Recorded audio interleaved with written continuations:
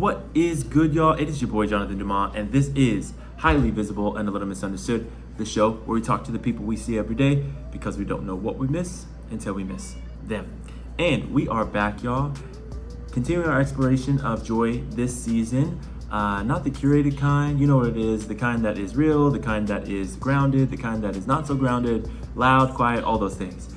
If you missed last week's episode with DJ and best-selling author Amani Roberts, you are missing out, but not to fear, you can go back and check out the episode entitled Fighting Fear, Doubt, and Worry and Creating Anyway.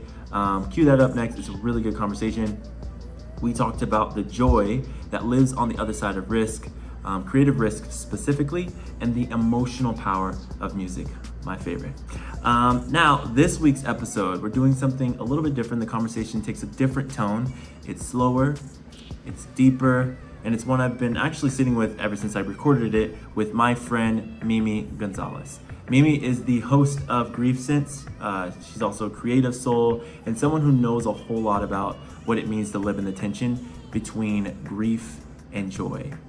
We talked about how loss, especially the kind that guts you, just like gut-wrenching loss, reshapes your relationship with joy, with presence, with even storytelling. And so we also talked about how creating from that place, when everything feels tender, everything feels cracked open, can be a way back to yourself. So if you've ever felt like your grief and your joy were in a quiet tug of war, or maybe like you had to mute joy to feel grief, or mute your grief to feel joy, this episode is for you. And real quick, before we jump into this conversation, if you're listening on Apple or Spotify, hey, please leave a review, a rating. It really helps folks discover these conversations. And if you are watching on YouTube, don't forget to hit that like button, that subscribe button, and drop a comment with a moment of joy you've experienced in spite of grief, or maybe with grief. I think those are all the little tidbits that I'm gonna mention now. Let's get into this conversation with my friend Mimi Gonzalez. Mimi, thank you so much for coming on the pod. It's really good to have you. Thanks for having me. Before we started recording, obviously we talked about like this week has been just like a emotional, hard week. Just work stuff, buddy stuff, whatever. So I really do appreciate you making the time, making the space, and being here as you are. Thank you. I appreciate you. Thanks for having me. I mean, I love what you're doing. I love the space that you're creating just to hold these like really timely conversations. I listened to a few of the episodes and everything was just like, yes, like I feel like that too, you know? So, I just really respect everything that you're doing and just wanted to be part of it. So thanks for having me. Yeah. Likewise. Thank you so much. And I just subscribed, little quick plug Period. to the Sala. Yeah, the Sala. You know what I mean? So I'm really excited to dive into those and be a part of that community too. So which I know you're gonna plug later, but and all the work that you do. But as we were taking that breath, one of the things that I'm noticing in my body right now is that like it's been difficult to take those breaths, and I've had to take like additional space in my days to breathe and like breathe deeply. There's a connection here as far as like what we're going to be talking about, like, you know, griefsense, all your work as a creator, like all the things you've done. Yeah. But we were just talking about like stress and like frustration, and it really kind of connects with where we're going today. Yeah. And I don't know if you felt that in this week or in recent times, but it's just been just been really stressful and painful. It's been a lot. I mean, Yeah. I can just, if it's okay, I can share just a few of the things I've been navigating. If you want to, yeah, please. Yeah, I mean, I definitely know it's going to hold space for what we're chatting about, but grief is always on my mind. And for everyone tuning in, hello, please reach out to me, find me on socials. I'd love to connect with you. But 36 people have passed in my life, and I think, sometimes I've met so many grievers across, my lifespan.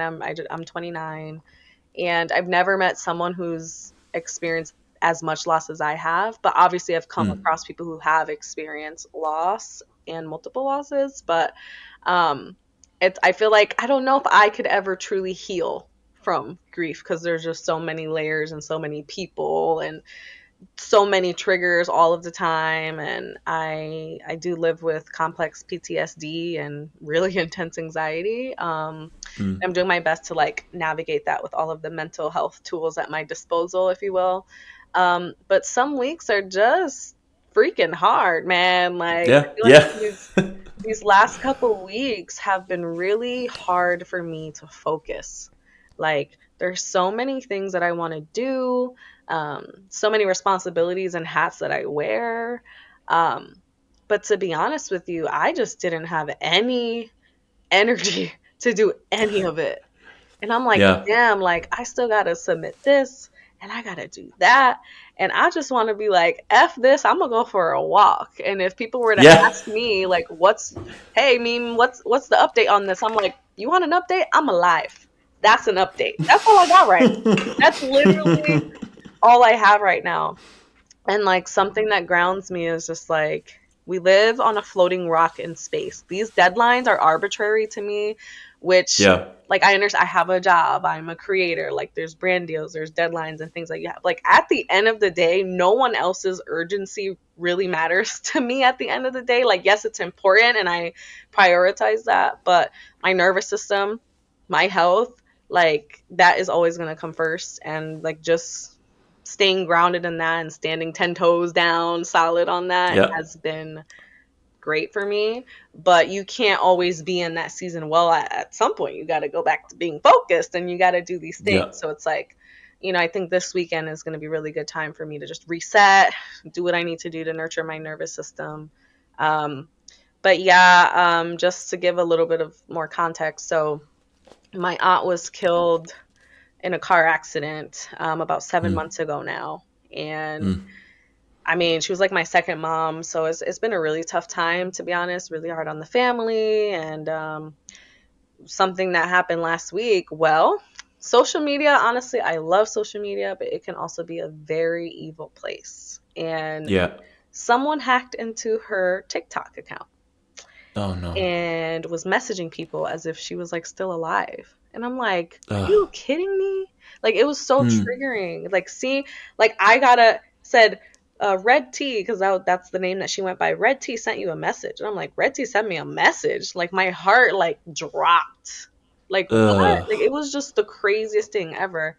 And this guy's like, hi, I'm Jason, nice to meet you. Like what are you doing? Like it just gave me the ick on Yeah. so many levels and was so traumatizing. And then long story short, my cousin and I got access to my aunt's account and then found that this person was sending inappropriate messages to people, asking for Ay. nudes and like just saying really inappropriate things. And we were able to get into the account and change the password and things like that. But I'm just like, bro, like on top of real Yeah. life things Yeah. and work, like that's just not, it's just something that takes you, it's like so out of left field, Yeah.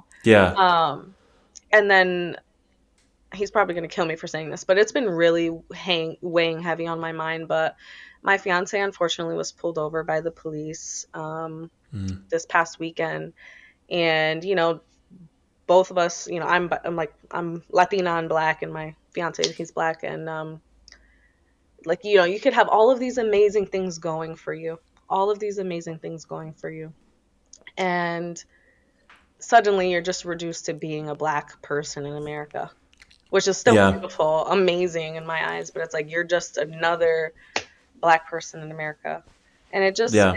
and having these like they pulled him over for no reason whatsoever, very racist, very aggressive. And I'm just like, really? And one of Yeah. my biggest fears is like losing my partner, because my mom lost my father when I was a baby. So being on the phone and hearing that whole interaction was it was Ugh. traumatizing. And Yeah. just navigating all of these things, I'm like, dang, like how am I supposed to get to these deadlines and do all this stuff and post Yeah. content and like all this stuff? And I'm like, at the end of the day, real life shit is happening, and sometimes you just need to tend to those things. So Yeah. it's a lot. Thank you so much for sharing. No, yeah, well, yeah, it is. It's also life. You know what I mean? I appreciate you so much for sharing so openly. And I think just damn, like I think it's so interesting, like how much one pressure we put on ourselves to do, to perform, to act, to produce, to do all that, right? But also we've been socialized to do that. But then it's like, at the end of the day, it's exactly what you said. Like we're on a floating rock in space, in the middle of space, among thousands and thousands and thousands and thousands, trillions of other floating rocks. Yeah. And so like, when somebody stresses out over a deadline, when you got some mental health shit going on, or you just really ain't got it, I think it's just like, I don't know. It really is. It's like, come on, bro. Like, can we just be a little human for a little bit? Yeah. Like, can we but at the same time, it's like we do got to handle stuff, but doesn't need to be handled right now to these arbitrary deadlines. And yeah, I what's interesting is that like how can I say, I'm trying to process this last few weeks. I don't think that like anything major really has happened. I have a tendency to minimize. That's why I have to like take time to. There's probably things that are like happened, right? That if I ask my partner, she'll probably be like, Jonathan, this happened, you did this. You know what I mean? Yep. But I think for me, there is nothing, just given just like some of the things I experienced in my life, nothing in the past few weeks that I would equate it to like me feeling like equating it to it equaling. Hold on. Nothing that I can think of right now in the last few weeks would be like, that is why I feel this way right now. Like this is why like my chest has been extra tight the last couple of weeks. This is why I've been finding it hard to work, hard to focus, hard to sleep or stay asleep. Going back to old tendencies that like are coping mechanisms that like are really actually not serving me.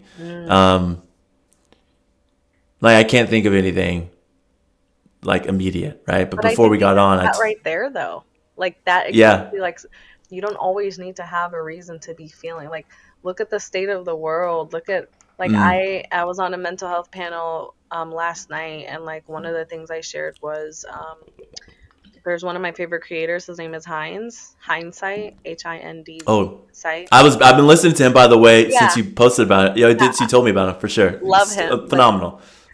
Cinema. Literally 10 out of 10 recommend. Like honestly, 10,000, 1 million, whatever. Yeah, I'm gonna plug him. I'll plug him. I'll plug him. Amazing. Yeah. But yeah, I was rewatching some of his old videos, and he sometimes refers to the Tao. And one of the things he basically had shared was, too much information can lead to inflammation of the mind. And I think that's kind of what's happening. Like we're constantly inundated with so much social media, the news, real life things happening in our own like relationships and our family. Like it's so much. And like on top of that, we're only getting older. So something that's always on top of mind for me is like, damn, we're like one day closer to death, which is might sound morbid to people, but like I always think about this because so many people have died in my life. It's like so real. So like I don't necessarily think you need to have a specific reason to pinpoint, hey, I'm feeling this way. Like you're probably just overstimulated and you just need a nice breakaway and reset and some wins, right? Like it's been really hard for a lot of people right now. So no, I appreciate you saying that, and I think yes. Yeah. I was gonna say but there's no but to that. That like if I feel shitty, like it's legitimately okay to feel shitty. Yep. And I think for me being the joy guy, you know what I mean? I think it's just such that it's so fun, interesting that this week, maybe even a little bit last week and the week before that like I just haven't been the joy guy. Like I haven't even really been pretending. It's just like I'm putting stuff out there, communicating things, but just like constantly in the last like few months, it's just felt one step forward, like 5 steps back. It feels like so. I hear you.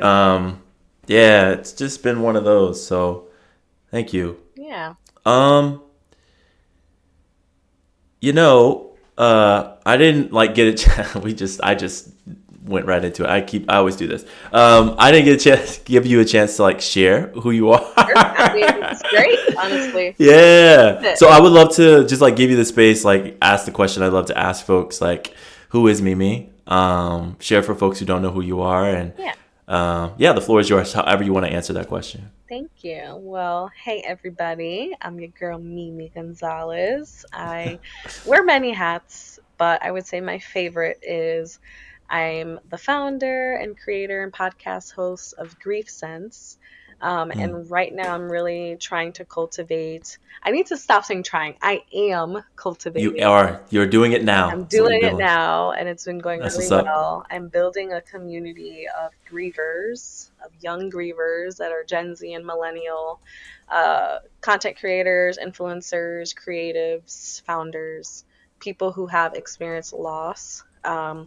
And really just passionate about creating more access to the creator economy right now. And I feel like we always see the same names, the same faces, same type of skin color always get these opportunities in the creator economy, which honestly they're great and it's amazing. But I really do think Mm. it's time over time for our people to have more access to the creator economy and just having access to multiple streams of income because the job market is really difficult right now. Yep.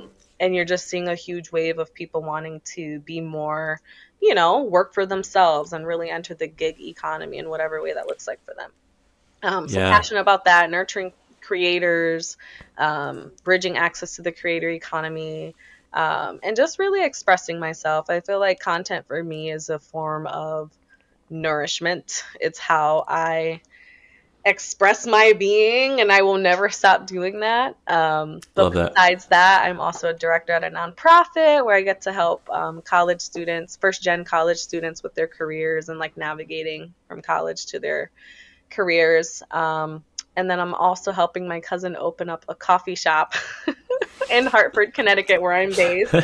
And that honestly came out of a left field, my friend. I don't know where that, like, I was like, what? Okay, guess we're opening up a coffee shop. We're doing it. And it's been, I know you're the joy guy, right? Like you've been on Yep. my mind a lot because then I'm like, this was just an unexpected joy that Mm. life is always there's always going to be something difficult or like life is always going to be life and but I've had so many joy, like pockets of joy in these last few months that like really I feel like felt like cocoa butter for my nervous system. Yes. Like, and that's what it feels like. Nice and moisturized. Nice I and love it. moisturized Yeah. out here in these streets, baby. Like, and everyone's like, Mimi, like, you're so busy, you do too much. And I'm like, I probably seem busy to y'all, but for me, everything is like aligned. So it Yeah. works. It works for me. It works what I'm doing and building. But honestly, I just want to have fun. Life is fleeting, and if there's no fun in it, I'm not going to be in it. So Yeah. yeah, that's me. And Yeah. LinkedIn is like Yeah. my main platform if y'all want to connect with me on LinkedIn. That's what's up. That's what's up. Yeah. And what's interesting is we've been connected for I don't know how long. Like I A would have to minute, look. Yeah, and like minute. never interacted until Ever. shout out Chantel Shout out. Carnegie for Mm-hmm. making the connection. Yes. And then we just hit it off right off the top. So Yep. it's an absolute joy to have you on. Thank you so much for coming through. We've already talked about so much already, and you're already dropping some of the gems. So this is like amazing. I can't believe this. But okay, so can we talk about grief sense? Because I think we are in this season where we're talking about joy in times where like joy feels very difficult to come by. Mm-hmm. Any kind of like semblance of like long standing, just a nigga want to be happy. You know what I mean? So I think so I think the yeah. So I think just like looking at all your content and then even looking at grief sense, it's merging like these two spaces of Mm-hmm. joy and grief in a sense. And yeah, like Yeah. Yeah. people tend to try and avoid the grief part and Mm-hmm. want to just like stick to the happy. Yeah. What made you realize that we, and I'm including myself in that, right, needed a Amazing space like question. this, need a space like grief sense? Great question. Thank you so much. I mean, I don't know what my life looks like without grief. So Mm. I didn't have a choice, right? So I had to find joy. I think it first started as a survival mechanism. Like, damn, like everybody keep dying every day. Like, I need to find some joy up in this, you know? Mimi, I don't want to laugh at that. I know, I'm sorry, I'm really crazy. It's all good. I'm sorry. God damn. No, it's all good. It's all good. Do you. I don't want people to clip this and be like, "This motherfucker is This is laughing." me. That's yeah. That's what's up. All Yeah, right. Yeah, yeah, I love yeah. it. Go ahead. Go ahead. I love it. Go ahead. Have I love have it. fun. I love it. Thank you. Absolutely. Um, Yeah. but like, like I had to find joy. Like, well, like, Yeah. listen, I don't even know how long I have left to live. Like, if it's one thing I'm gonna Yeah. do, I'm That's gonna live word. my life. I'm gonna have some fun. I'm gonna try and inspire other people to do the same thing. Um, Yeah. but just with constant like loss back to back, and it wasn't like the natural progression of life where people die of old age. No, like a lot of the people that have died in my life didn't even make it past 27 or 30 or even past Mm. 50. Like, so it kind of like I took on I people might think of it as a burden. I really don't think of it as a burden. If anything, it's kind of helped me reclaim my identity and helped me find my joy. But like all of the people that have died in my life, they were all passionate about something, right? And so Mm. for me, it gives me like purpose to try and honor their hobbies or try to honor their interests or things that they like to do in my life. And so Mm. I've had so many experiences in such a short amount of time, like speaking, music, drumming, writing, I don't every podcasting, like there's so many different things that I do.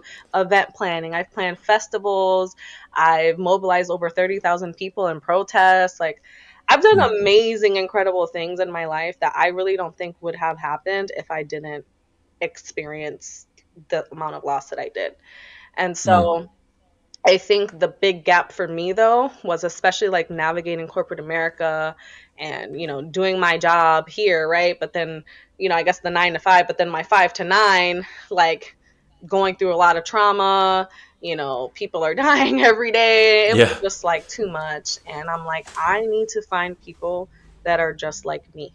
Like Mm. if I'm going to live a long life, I need my people. I need access to my people. And Yeah. so Yeah. I did make the decision in 2022 to leave my corporate job. I was the chief of staff in the C suite. So it was a really big girl job that I got at 24 Mm. years old, which was insanity. But That's wild. That's it it. was, Yeah. it was wild. Like, that's what I'm saying. I've Yeah. had incredible experiences in such a short amount of time. Yeah. Yeah. But I made that decisive decision. End of 2022, I was like, you know what? We're on a floating rock in space, mama. What we about to do about Yeah. this? Like, we got one Yep. life. And so quit, and I started griefsense. And really, Mm. griefsense is, people might think it's only a podcast, but for me it's way bigger than that. It's like a media platform, it's a safe space, it's a community, it's a livelihood, Mm. it's an olive branch. It's whatever you want it to be if you are a young person and you are a creative and you're a griever, right? And Mm. I really just was always inspired by culture con. I don't know if you or those Oh yeah. tuning in are Yeah. I was always inspired by Imani Ellis and CultureCon. I was already doing that work here in Hartford, Connecticut. Like I've planned really large scale events and festivals. Okay. So event planning has always been kind of like a fun and like a priority for me. But I wanted it to be specific to like creatives, content creators, and people who have experienced loss because there's not Mm. really a lot of spaces that exist for that for that specific niche. And that's something I needed that I never had. And so I'm like, well, sometimes you gotta create the things that you wish existed. One, Yep. and then two, creating things that are gonna outlive you because we can die at any Mm. moment. So, and losing all of these people kind of taught me the importance of legacy. Like, and I really do think there's a really, and I'm interested to hear your perspective. Like, I feel like there's a distinct difference between building a brand and building a Mm. legacy. And Mm. building a brand, I feel like, it can change. It's something that people definitely recognize you for. But I feel like are you always moving with impact top of mind, right? Or like how people are going to feel after you're gone or whatever. And I feel like I'm always moving in legacy, you know, and I think that's Mm. kind of why I'm able to not let other people's urgency like affect me as much, because I know what I'm building is bigger than anything I know.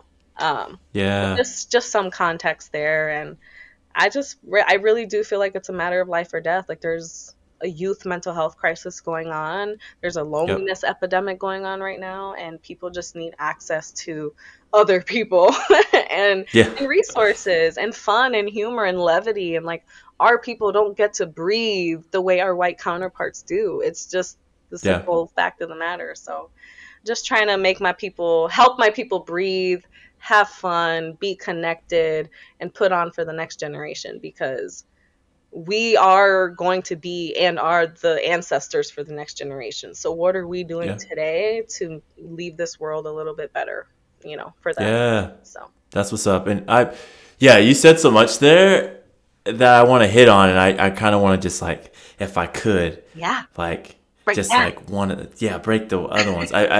What the off top I think um, what's wild to me is like when you created like this space for you, right? Like I hear joy, like the joy aspect of it. Yeah, Well, hold on. There's such a deep like resonance there with like the joy aspect of it and like in doing it in community because that's like a deep value of mine. yes, Um, where if I am not like able to smile, laugh, like find some fulfillment in the thing that I'm doing, and the thing could be hard. I don't give a shit how hard it is. Like if there's no fulfillment in it, like it just right. like I don't care. And so like Miss me with that boost. I, Let me stop. yeah. But like the other thing there too of like you'd said that around like legacy because I was gonna ask a question around this is Yeah, that like you had family members that like their hobbies, the things they were passionate about, and you decided to like continue that thing on. And I feel like that is like a continuous continuation of their legacy, who they are, and the things that they loved. And in many ways, like yeah, they just continue to live on in that way and like the things that you pick up and it's so interesting that you said too like the experiences that you had because like you're like I want to keep this going. yeah. I think that that's just such like a dope thing that just like really stuck out to me Mm, of like you took that as an opportunity to try and experience some of their joy. I think in yeah. many ways, you know what I mean? I mean, like, so on that, right? Like, I'm just convinced. So, when I was a junior in high school, a lot of loss happened. So Mm-hmm. it's a lot of loss around me. So my godfather, unfortunately, had taken his life. A month Mm-hmm. later, my dog got hit by a car and died. Oh my And gosh. later that year, so I'm like sophomore in high school now, turning into junior. One of my best friends, Megan, who I knew since I was 6 years old. It was always me, my sister, and Megan. Like we were the Three Musketeers. Everyone called us the Three Musketeers, always together. Megan unfortunately also took her life, and she Mm, died on Halloween. And 3 days later, family friend got stabbed to death by her boyfriend. And then mm. 2 weeks later, my sister lost another one of her friends. And then a month later, Megan's older sister, her best friend, who we all knew and grew up around, also took her own life. So this Wow. was all in like 1 year, Mm, in months back to back. It was just a lot. yeah. And I always Megan's always she's always with me. She's always top of mind for me. And I don't want to get emotional, but I feel like No. now being a content creator, I just like had this thought the other day. I'm like, if Megan was still alive, I feel like she would be like a mega influencer. Because Mm. she was the one who taught me how to jerk. And she's like this little white girl, but Yeah. she has a whole bunch of fun, like she taught me Yeah, yeah, yeah. Dougie, she taught me how to Yeah. jerk. Like she would always record us. I'm like, yo, she would have been perfect for like TikTok and all of these things, and just so full of life, always blasting music. Like her favorite Mm. was Eve. Oh, she was always bumping Eve mad loud. Um, Yeah. And so I'm like, I in part feel like me being a content creator now is kind of like an oath to Megan, because I really do feel like she would have done that. Yeah. And then real quick, I need to say, like, just these out of body experiences that have happened to me. The same year I got the job to be chief of staff in the C-suite, it was to the chief diversity officer of a Fortune 500 company. A few months prior, I was in the Obama Foundation Community Leadership Corps program, Sick. which was like a 6-month community organizing program. Amazing. It was phenomenal. Loved it. Didn't apply for it, didn't do any of, like, but next thing you know, President Obama selected me to be on stage with him. Yeah. Okay, honey, I'm like, what's going on here? Like, okay, Yeah. if this that divine intervention, I really don't know what this Yes. is. Like, I don't Yes. even explain it. And the reason I say that is because the moment, so I was a keynote speaker at the conference. It was an Obama Foundation summit in Chicago in 2019. So I was a keynote speaker and I was a panelist with President Obama. Mm. And guess when the panel was?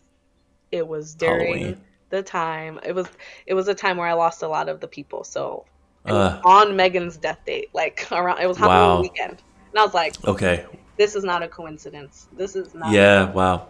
So, just moments like that, and like just finding different ways that even when I speak, I feel like whenever I'm on stage, whether it's a big stage or even if it's just like a small workshop, like I feel like I'm having all of my people with me that have passed away. Like, it's not just Mm. me doing that speaking engagement or like representing, whatever, like my brand. Like, no, like I'm also Mm. representing my family. I'm representing the people that have passed. And like I carry their legacy with me everywhere I go. Even this Mm. podcast, everywhere I show up, I got my whole like spiritual army with me, and a lot Yeah, of people I feel like yeah. shut down and stuff. I'm a super spiritual person. Um, Yeah. but it just gives me comfort and peace knowing that I do have extra support. So yeah. That's what's up. Yeah, and that brings me back to even like the idea of like legacy and Hmm. brand that you even asked me about. Like, Yep. I agree with your breakdown. You know what I mean? Yeah. Of a brand feels.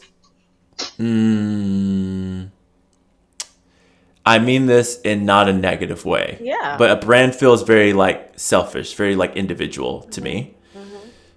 Um, and this is as somebody who's works to build his own We both individual have brand brands. content. Yeah. Yeah, you know what I mean? Hmm. But like a legacy means something to me, like means something different to me, right? Hmm. Like when I hear you say like, I feel like I'm carrying the legacy anytime I speak or create or whatever, like that means something to me. Yeah. That means something different to me. I Hmm. think it just is a grander Yes. scale. And like when you think and legacy, when I think of legacy, I think of impact. And so, um, like brand can go with you. Like your brand is like Right. it could be done, Finn, whatever. Hmm. But legacy is like the things that you're remembered for, the impact that you had, the Exactly. feelings that you gave people, like all of that. And I think in many ways, like I think ultimately I want to do that. Like that's like I ultimately want folks to like remember how I felt, the impact that I had, not like money or whatever, but like, yo, did like giving, supportive, caring, created opportunity, Yeah. like made time, like all those kinds of things, and then be able to pass those things on to other folks. Like Yeah. can like at least 10 people in my life that I've like interacted with say that they, learn something from me and pass that on to like their sphere. You know what I mean? Absolutely. Hmm. So like that's what I think But about. I even I say, think like, with your yeah. podcast, like, that's why I love podcasters or even creatives, because we get to create things that are going to outlive us. And so every time I Mm, create something, and like, I think it's really important for us to detach ourselves from the meaning of metrics. I think metrics are still important, like regarding social media and things that we put out into the world. But for mm, me, like, one of the ways I've always detached from like social media metrics and impressions or whatever was like, well, if I die tomorrow, at least my friends, my family, my community, like, they're gonna have stuff of me, and like Yeah. it's gonna be comforting for them, because like, Mm, that was like part of the reasons why I even started my podcast, because like I just remember as a child, it starts with my father. Like my father passed, I was 8 months old. He got killed in a motorcycle accident, and mm, all I had were like 5 pictures. John, I only have mm. 5 pictures of the man that helped give me life. Never saw him Yeah. smile, never heard his laugh, never heard his voice. Well, I did as a baby, but I just don't remember. And so Yeah. I just always had something back in my head as I was growing up, like I want to do something so other people don't have to experience this. Like how traumatic Yeah. it was not to have access to that. And granted, yes, Mm, social media blew up and everyone else's video and having pictures and stuff, but I think it's different when you're able to curate an experience for people, mm. and be able to have something like your family is now going to have access. Like we gonna knock on all the woods, okay? Because I don't want nothing to happen to you, to me, whatever. Yeah. We live very long and healthy lives. But if something were to happen, like your friends, your the people that matter most to you have access to you through your voice, through Yeah. the experience that you created, and like I think that's why it's so important for people to share their stories. And there's so many people Mm, that one have died without having shared their stories, and I've seen mm. that, or two will live a long life and still don't go on to share their story, or to like create content, to write, whatever your creative medium is. I really do feel like every single person on this planet needs some type of like creative outlet. But I Yeah. think that is all wrapped up in legacy. Like I think no matter one, like we leave a legacy behind regardless, like who we are and how we when we die. But it's like, what are you Mm-hmm. doing with that? Like how are Mm. you impacting the people in your life, strangers on the internet, whoever it is, but how are you kind of curating that experience, and yeah, curating your legacy, I guess. Yeah. Yeah. Well, it's so funny that you say that because I think it was during 2020. I think it was after which one? I think it was Ahmaud Arbery. I wrote a poem. It was called a spoken word. It was called "Let My Life Trend." Right. So Mm-hmm. oftentimes there's like that kind of not kind of. It is what do you call it? What's the language? It's not grief porn. It's like what is that? Trauma porn. Trauma porn. Mm-hmm. And so like it's always like the never the picture of like them smiling, never the picture of them with like family, like It's them dead. never the picture of them graduating, none of that. It's always like them dead or them at their worst moments or stuff that's got dug up. And so basically I wrote a poem about that of like if anything were to happen to me, I want like these moments to be captured. Amen. Right? That's I want beautiful. these moments, yeah. And so maybe I'll plug that in here. I think that's Um, great. You should absolutely. yeah, yeah, I'll plug it in here. But yeah, Wow. I'm sorry. I'm just even thinking like all of our people who have these unfortunate interactions with the police every day, yeah, or like experience racism on the daily, like, hmm, like we're so much more than what we have to be strong for. And I always say like yeah, so many of us are rewarded for our resilience, which mm, could be flattering at times, but when that's constantly the story, no. That is yeah, exploitive, it's harmful, yeah, it's oppressive. It's like if all yeah, I'm good for is how many hardships I can overcome, then you're just, while you're getting ahead and have your privilege, and while I'm over here and my people are just getting oppressed, like no, no, no, no, no, no, yeah, no, shoddy, shoddy, no, yeah, we gotta do something about this, like no. And I really yeah, feel like I try to caution myself for sure, and the people around us, like it's we are resilient, and I think that is something mm, to be proud about. But I don't think it's a badge of honor.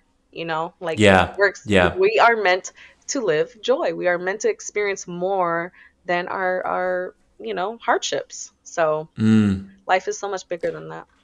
So That's such a fantastic point, and it actually is like it reminds me of like our resiliency, the resiliency and the perseverance that we have. It's in spite of everything that we went through, right? And the reason why we are resilient and persevering, we're moving I don't with know it. which word it is, but anyway, whatever. But like the reason why we are that way is because we're looking towards something. Yes. Like we're looking towards something that's more hopeful, Liberation. more beautiful. Like, yes, exactly. And so like, you're exactly right. Like we did not go through all these things to dwell on everything that we experienced, to live in the grief. Like we can process and still be grieving while still being hopeful, joyful, still seeing the beauty, still desiring the beauty, still desiring more, and still actually wanting more for everybody that comes after us, Yes. i.e. legacy, right? Yes. And so I love what you said around that. Like there is something out of this that we're so much more than like everything that we've been through. And I think you're just a beautiful example of that, Yeah. fam. So I think it's really beyond inspiring, but I think it's something that like hearing you talk and hearing you share is something that's like just a really helpful reminder for me of like the choices and decisions that we can make and hold on to. Yeah. Like we do have a decision, like to one, care for ourselves, but also to and be sad and feel all those things, but also like look at all the cool shit and dope shit and opportunities that we do have, because tomorrow is not promised, the next minute isn't promised, the next hour. And so Yeah. I think it's just a really, really cool opportunity. And something also that you reminded me of was a podcast I was trying to find while you were finishing your thought. It's from Higher Learning with Van Lathan and Rachel Lindsay. It's one of my favorite pods, but they had talked about, they had just had somebody on, and this woman was spitting. And hold on, it was we're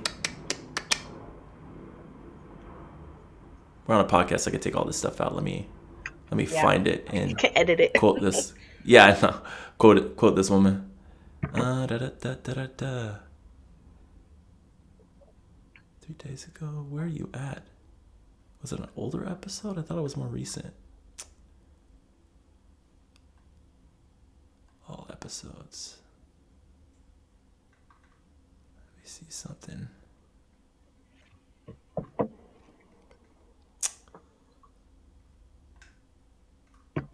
Okay, because I really wanted to quote this woman. I'll have to find it.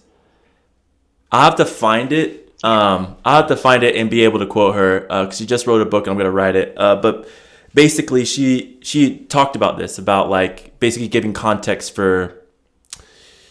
It was about the patriarchy in America, and she wrote this book about like patriarchy is actually very rigid, which means it's breakable. And so she actually talked about how during enslavement, how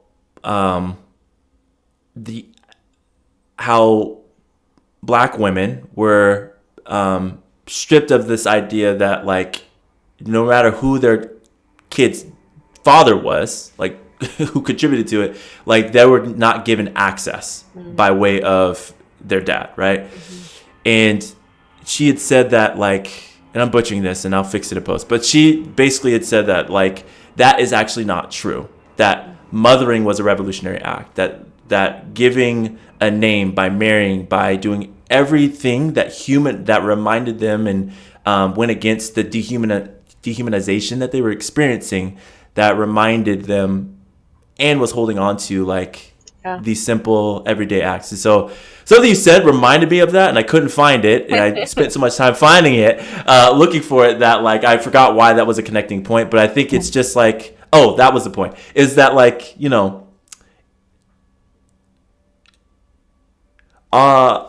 as Black folks, there is just like, we have this legacy of perseverance, this legacy of just like pushing through and figuring it out and making lemonade out of lemons, and just like beautiful, beautiful culture, right?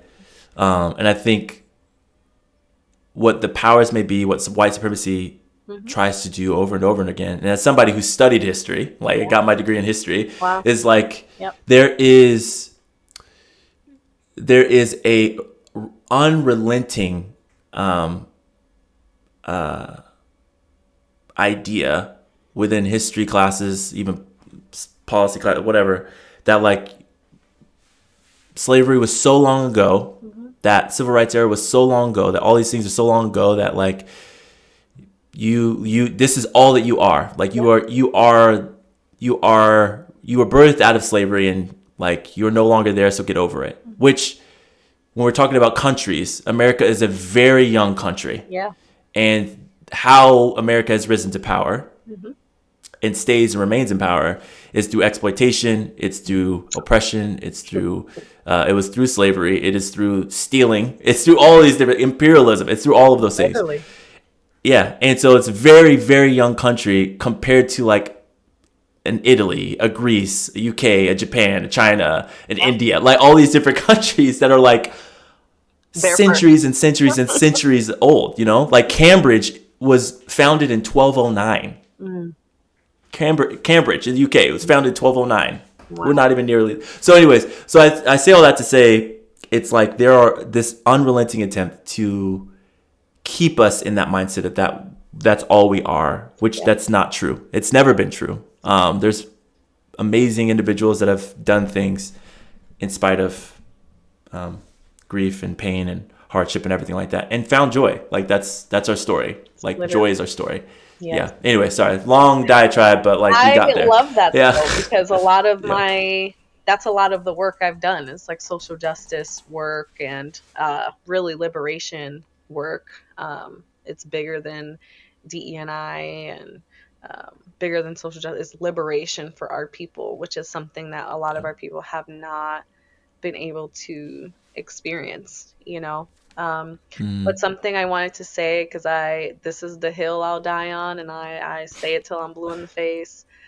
We really need to stop using the word minorities, because mm, there's nothing minor about us. If anything, we have been minoritized, and yeah. we are the global majority, right? And so, Yeah.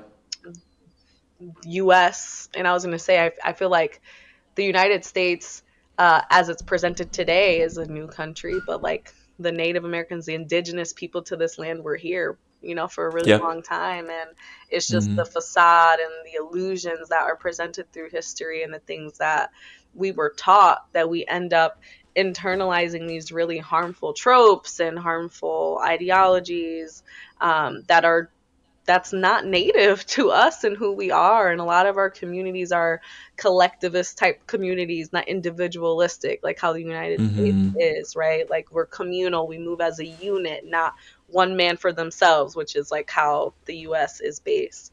Um, but with that, it's like really kind of reclaiming our power back and our internal voice back, our collective well being back by the Mm, stories that we tell ourselves. And that's why I love that, when I see people like us in media, and writing, journalism, storytelling, like whatever their medium is to share our stories, like we are so needed because we are the mm, people that are sharing what's happening in our collective experience right now. And the stories that we share are going to be the stories that the next generation gets. The stories that we've had today were from our, our ancestors and the people that kept, so we are so needed right now, the Ryan Cooglers of the world, right? With Sinners. yes. Like Yeah. these are important stories that need to be told right now because it's going to, I guess, be part of the socialization of people um, as time goes on. But I just think that you and I and many other people in similar and adjacent spaces, we are so needed right now. And so the job market, the capitalism, the systems in which we live in and operate in, they're going to benefit from us thinking like, can I do this? Or self Mm, doubt. Like they want us to have those thoughts. No, you yeah. don't get to have that. You took too much away from my people and my family and even me. And like, I rebuke that. Like I'm reclaiming Yeah. my time, I'm reclaiming my Yeah. energy, and I do think that we have to kind of still navigate capitalism because that's the main system we're in. But there's a lot of things that we can try to reclaim our power back in, and I think the joy Yeah. is just like crucial to that. So, yeah. Yeah. Yeah.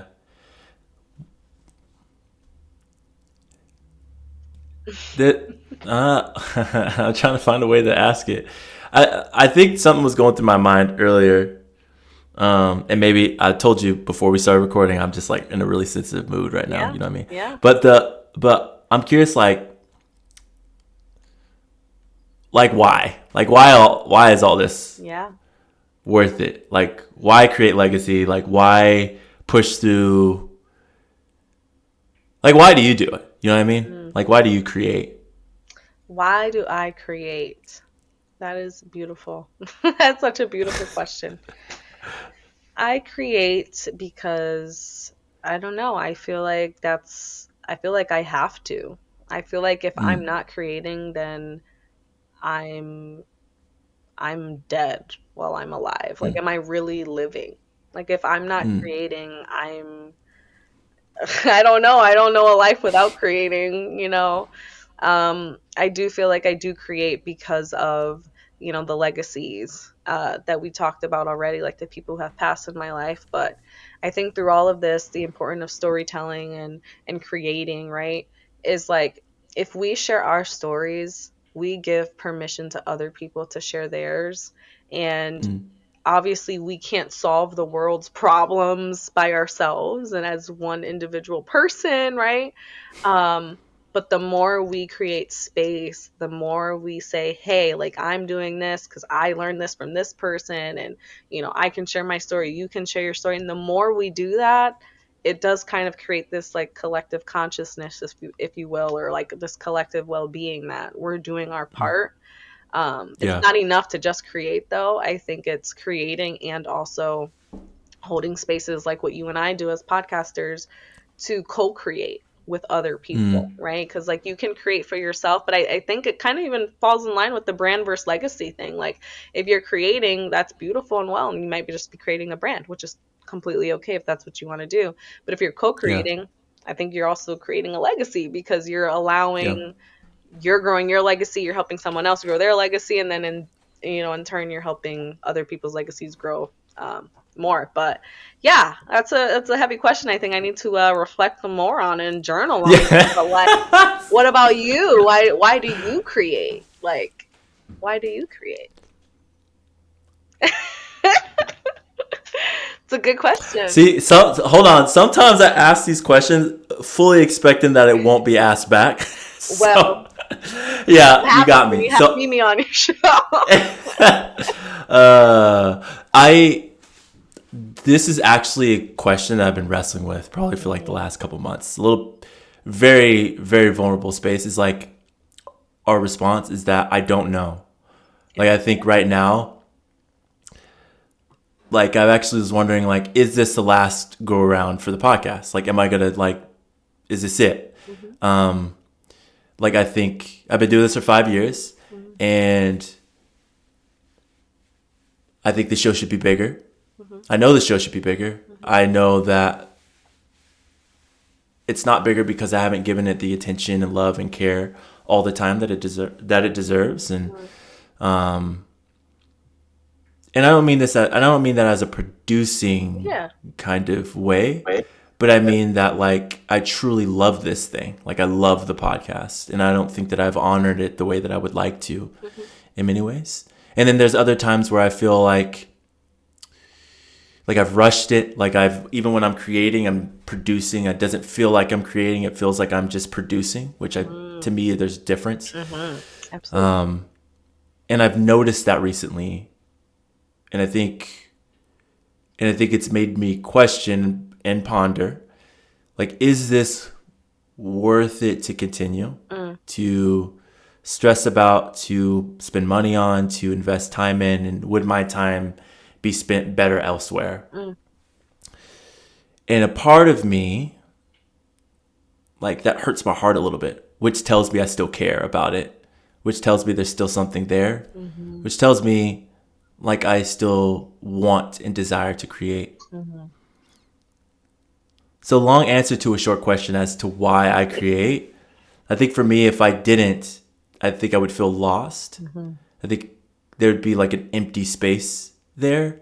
And again, it's not out of the act of just producing, but Yeah.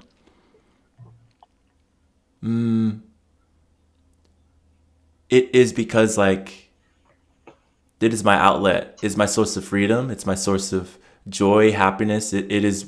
I choose these ways to do this because like I think I was not worthy of it before, and Mhm. I don't know why or where that came from or that idea came from, that I was not worthy of it before, and to do it and it to not get the numbers that I want or envision or people tell me that it should have or whatever, and still do it anyways. That Yeah. I honestly, in some ways, still feel like it's like an act of just like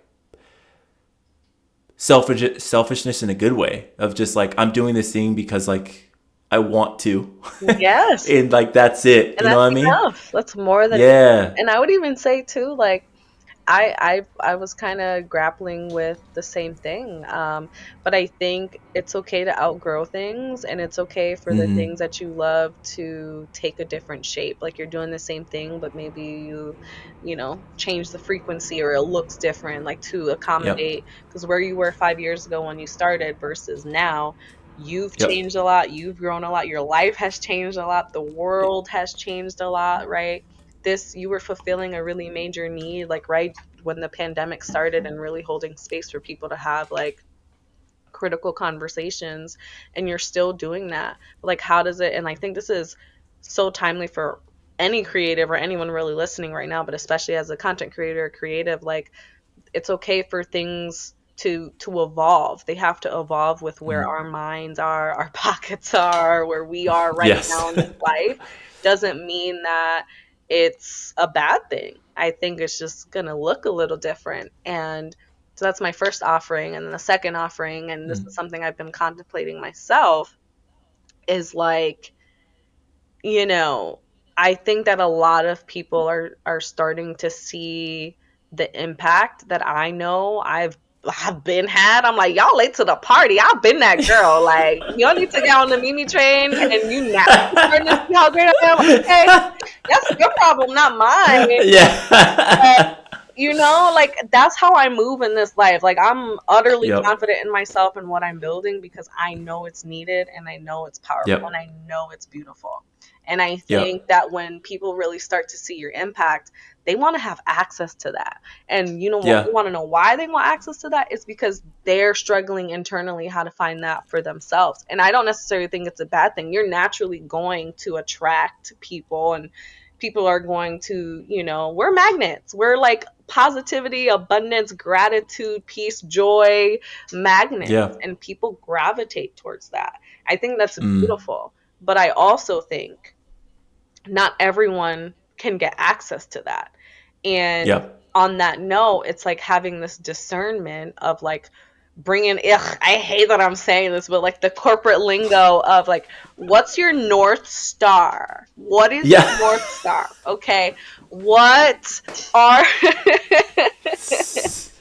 what is, why did you start creating in the first place? What was this need that you were trying to fill? Like Mm. how does it look now? But like staying 10 toes, like standing on business with the things that Yeah. are core to your identity, core to nourishing your self-expression, and and staying like that, staying with your North Star. And that's something I've been kind of reflecting on now because, I've been getting brand deals, I've been getting speaking engagements, I have a part-time job, like I'm opening up this cafe, have some other opportunities I'm exploring, and like it can be a lot, right? But if something is going to keep taking me away from my North Star that's here, Yeah.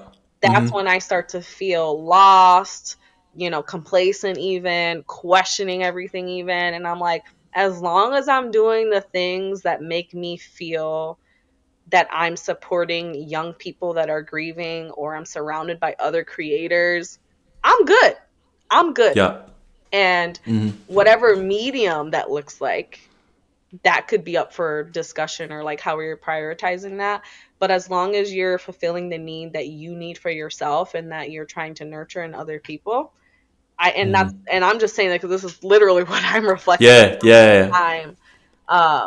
Because I think when everyone wants access to you, it's easy to say yes, yes, yes, I'll do that, I'll do that, I'll do that. But then where's the time and the energy and the quality time that you need to Mm-hmm. have for your baby or like for your North Star? So Yeah.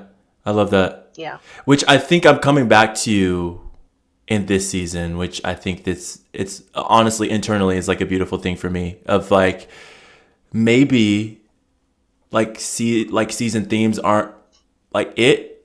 Maybe like going back to like those one-off conversations that I enjoy and people that really fascinate and interest me, and I want to just like explore this topic a little bit deeper. Yeah. Maybe that's like something. Maybe Exactly. it is like maybe if I am late and I'm late because like the or of a drop, and it's because I'm going I'm trying to put these episodes out fast rather than Quality. the normal quality and like depth that I take to produce them. Hmm. Maybe there's something there too. So Yeah. yeah, I'm coming back to it. I'm coming back to Good. it. Come back to it. You So, know, yeah, it's like a beautiful thing, homecoming. and I think that there is. Yeah, it's like the whole circle of life thing. I was trying to make some kind of like Circle of connection to grief. life. Yeah, yes. Yeah. So like, I think there's like two more questions I would ask for you. Hmm. Maybe three. I don't know. But like, as we've talked about, like even creating, like it reminds me of your podcast, like in all this, and we've talked about this throughout this time. Hmm. It really feels like creating for you is like an act of healing, but like you said, like something you have to do. Like you said that you die without it. Have to Like, die without it. yeah, how is that? How is the podcast, like your other content creations, like all that stuff? Like maybe it's not the processing or moving through grief, or maybe it's something else. But like, how is it? How has it been like a creative act that creative act of healing for you, if you would Hmm. call it that way? Well, one, I feel like it's a form of resistance, creating in Mm, general. Like, I feel like it's a way to liberate myself, liberate my people, liberate my ancestors. Like, I feel like to be even in a position to create is a privilege that a lot of our people just didn't have access to, mm, didn't have the privilege to. So, like, I carry that honor and privilege very heavily, very intentionally. I do not take that lightly. And my mantra with grief sense is life is a privilege. That's literally mm, what grief sense means. It's like, in spite of this loss, in honor of this loss, how can we still move intentionally and as if like life is a privilege? Because it is. Like, life can be taken at any moment. How many of our people have passed or died at the hands of police or died at the hands of systemic neglect, the health neglect, what all of the things, all of the isms.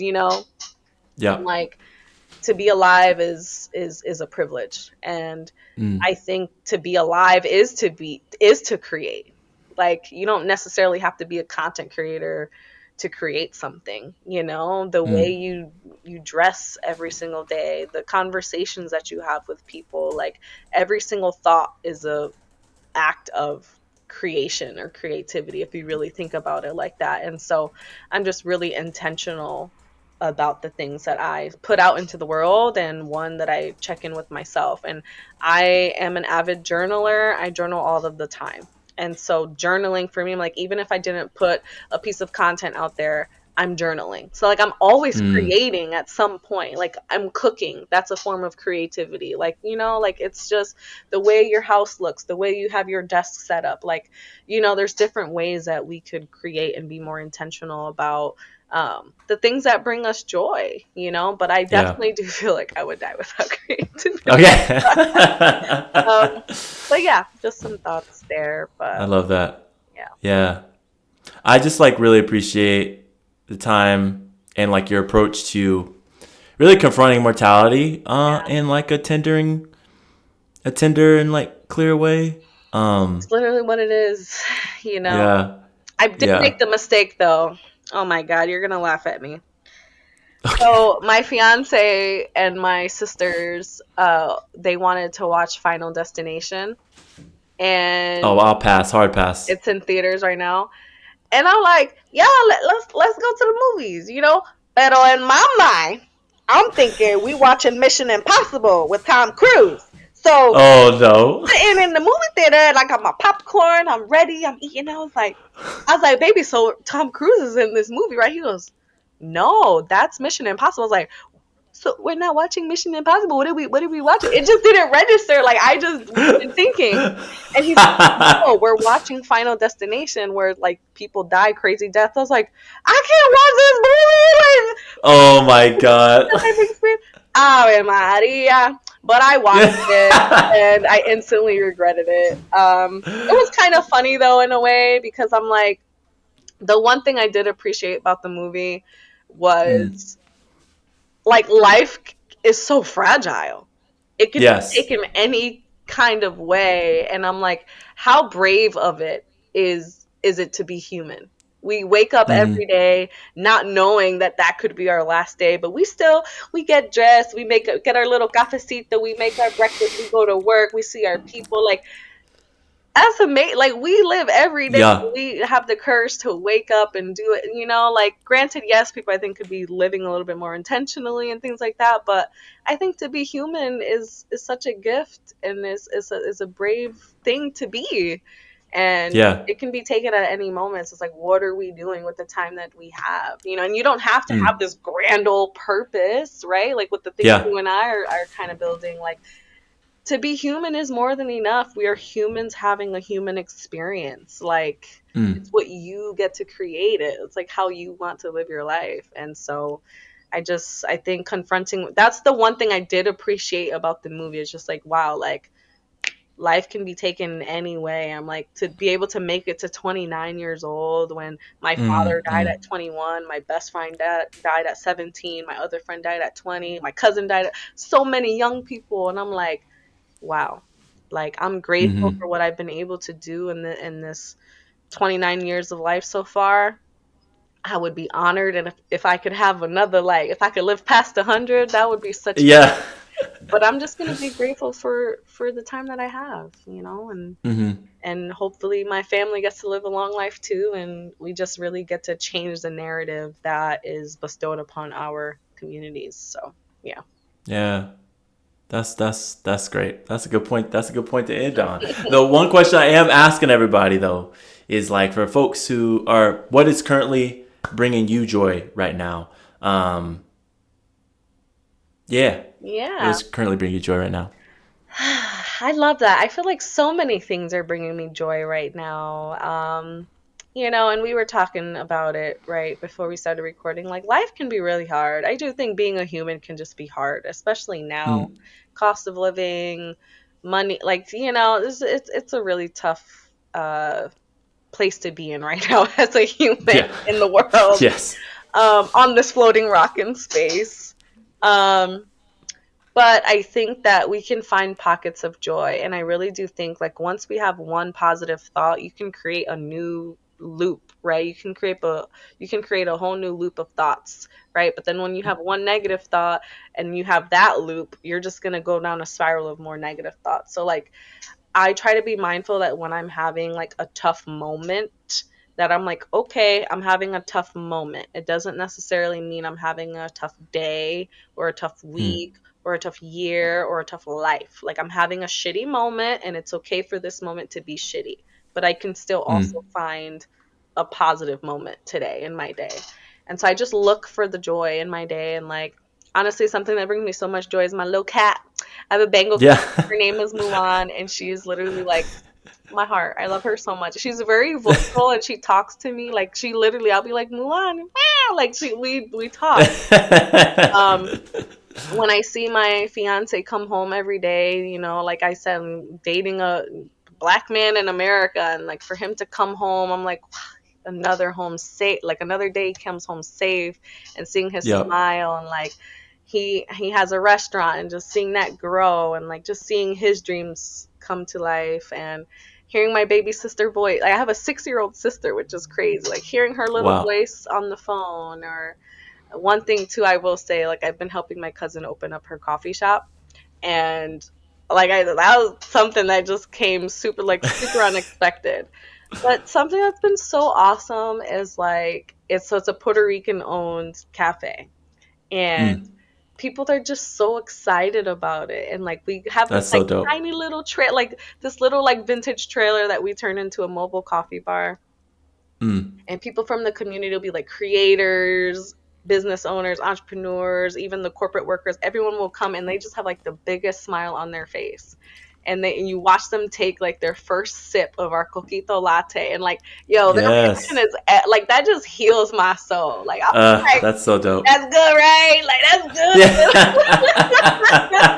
But just like community, like building community has been awesome. Mm. And I would even say, like, my community on LinkedIn has been really nurturing my soul lately. Like, just meeting like minded content creators who are trying to build like me. trying to unlock new income streams like me. And if it feels, content creation used to feel so isolating and lonely, but now it Yeah. feels like I have so many people that I can kind of run ideas off of and just build with. And that's been something that's been like super helpful. So a lot of joy. There's a lot of things to be Yeah, so grateful much. There's for. so much there. Look So at much that. Look at stuff. that. See, that's what's up. Yeah. Yeah, and then last bit for you. Uh, we talked a lot about grief, and there's different aspects of grief, like of losing, Yes. losing a loved one, Mhm.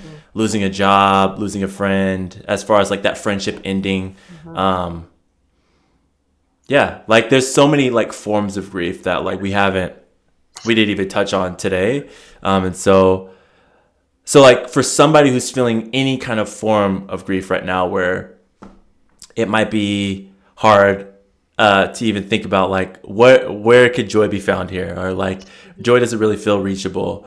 What would you like offer to them? Yeah. What is like an invitation that you would give them, just like as a beginning?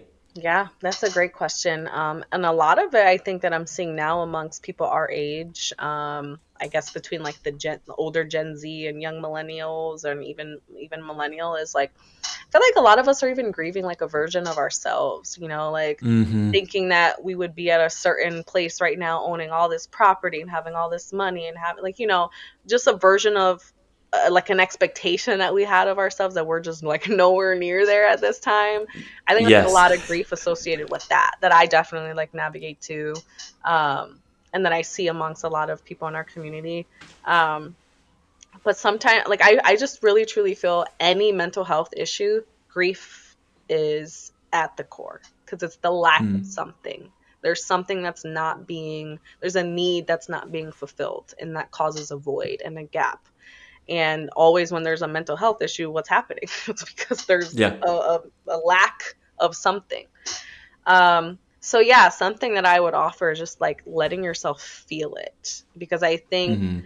the way the United States and I guess, the way we've been conditioned, the way we operate is to fill it with urgency and try to get a fix right away, right? And like Mm-hmm. sometimes it doesn't work like that. Like sometimes you just Yep. genuinely need to sit in the ick, sit in the funk, and just cry, journal, Yeah. talk to people, sit with it. Yeah. That's what I would always say, because like there's so many things, even with the people that have died in my life, but all of the losses that came from that, I Mm-hmm. didn't allow myself to sit with it. And I think that's because the adults around me, they weren't even sitting with their own shit, let alone how am I gonna sit with my own stuff, you Yeah. know? But as Yeah. I'm becoming an adult, I want to become the ancestor that I know I can be. And so with that, I allow myself to feel. And then I think the Mm. next thing is, okay, now that you've allowed yourself to feel a bit and you're not isolating anymore, don't isolate. Be it in Yes. community with people. Like reach out to someone that could be going through something similar and like sit in the shit together. Okay. And then after Mm-hmm. that, get some more people in there. And then next thing you know, you have a community. Those are things that kind of have like really helped me. And an offering that I even just want to share now. I do have a newsletter. It's called The Sala, for people who are Yep. experiencing any type of grief or any mental health issue, burnout, whatever the case is. I want to hear from you. You can go to griefsense.com, and you'll automatically have like a form that you'll just fill out information, and I'll feature you in the Sala newsletter. We're up to almost 2,000 subscribers now, which is pretty Hey awesome. yo, Less than Lego. 2 months, 2,000 subscribers. I'm pretty proud of that. That's what's So, up. yeah. That's that. Hell yeah. Hell yeah. While we're on that, thank you so much for your time and everything like that. Plug anything else. I want to make sure that all of the links and everything like that will be in the show notes, because, Mimi is my friend, Yes. and we want to make sure that you are connecting and hearing more from her and working with her, all that stuff. So where can folks find you? Tap in. I know you mentioned LinkedIn, but Definitely the LinkedIn. Well, yeah, LinkedIn is like for all content, but if you want like gotcha. grief specific content, Grief Sense on TikTok or YouTube, Yep. and M Guns on Instagram. It's MGONZZ. Um, Got you. Also, I have a video that's going viral right now on YouTube, and I'm like, what is happening? Okay. Yeah.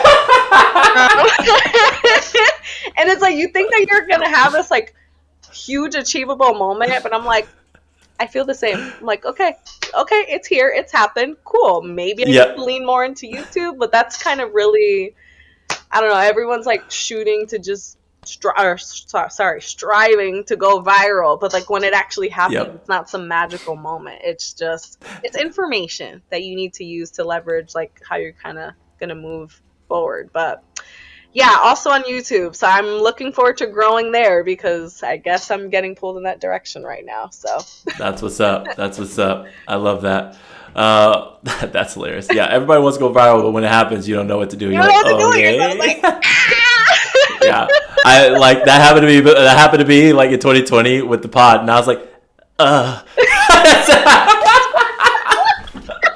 Literally, like, where was it's like I don't.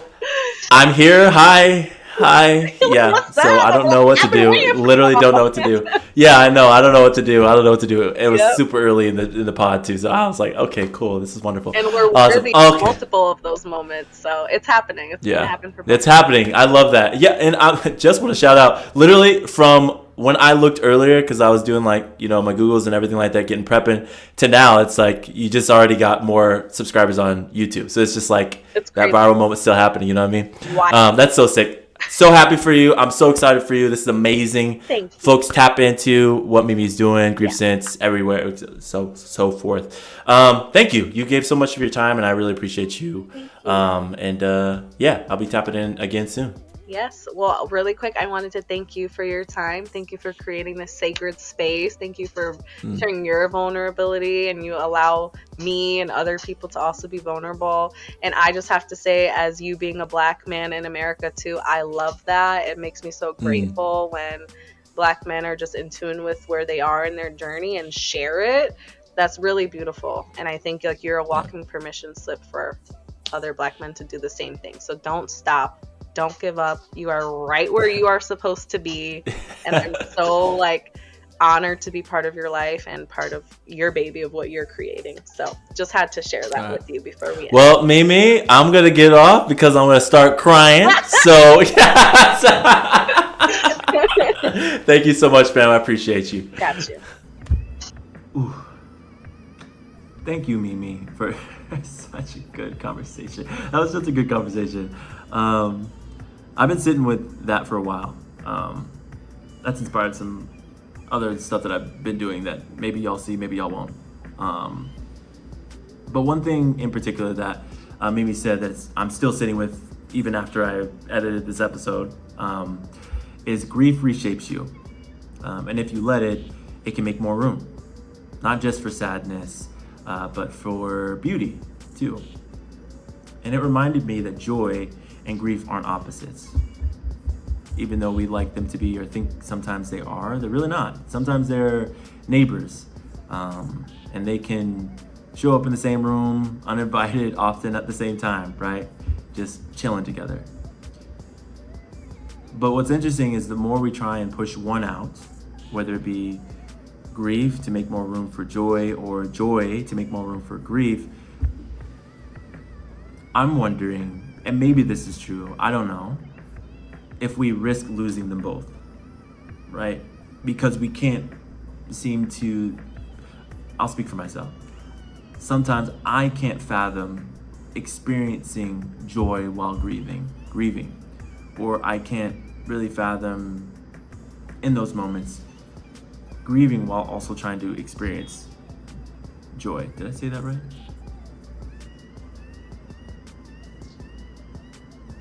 I'll say it again. Because sometimes I have a hard time trying to comprehend in the moment feeling joy while grieving, or feeling grief while in the midst of joy. It's like really complicated where like I should be feeling sad right now, but I'm happy. Or I'm happy right now and I should be feeling sad. It's really, really complicated. But this episode, asked me, the invitation was to slow down, right? And that's how we started this whole series. And to be honest,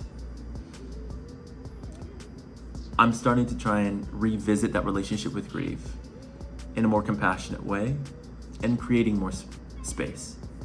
Like revisiting what I've lost maybe what I'm still carrying, and re-examining what joy has looked like or still looks like in the middle of all of that. It's a very, very interesting place to be. I don't know. But I'm curious for you. I would love to hear from you. How has grief reshaped your relationship with joy? Is there a moment, a memory, or even a creative spark that surprised you in the middle of it? I'm gonna share something that I wrote and put out on my Instagram a while ago, my personal Instagram a while ago, several years ago during 2020, in the midst of grief for myself. But I'm curious for you, if you want to send a voice note, a message, maybe your own poem, pictures, whatever, or just drop a comment about, how has grief reshaped your relationship with joy. I would love to see it. And I'm sure, there might be somebody who comes across it that may connect with what you share.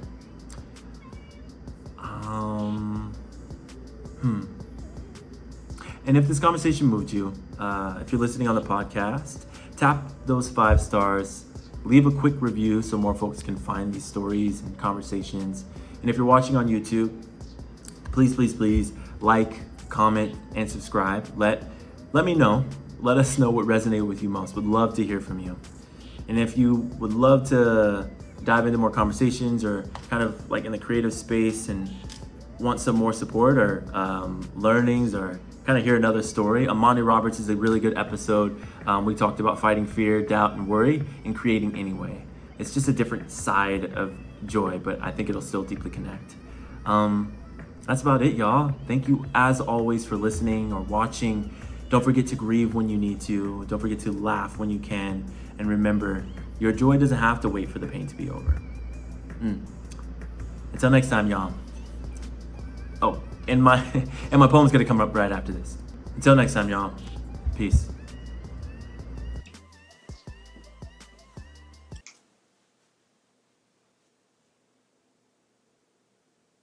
These are the pictures I want you to show. Not my last moments. Pleading for my life. Begging for one more memory. Hoping that I get to see those who I cherish the most one more time. Show the smiles. Show the joy. Show the love, the hope. Show the beauty. Let these bright and beautiful moments trend. Not my last minutes. Not my last moments. Not my murder. Let my life trend.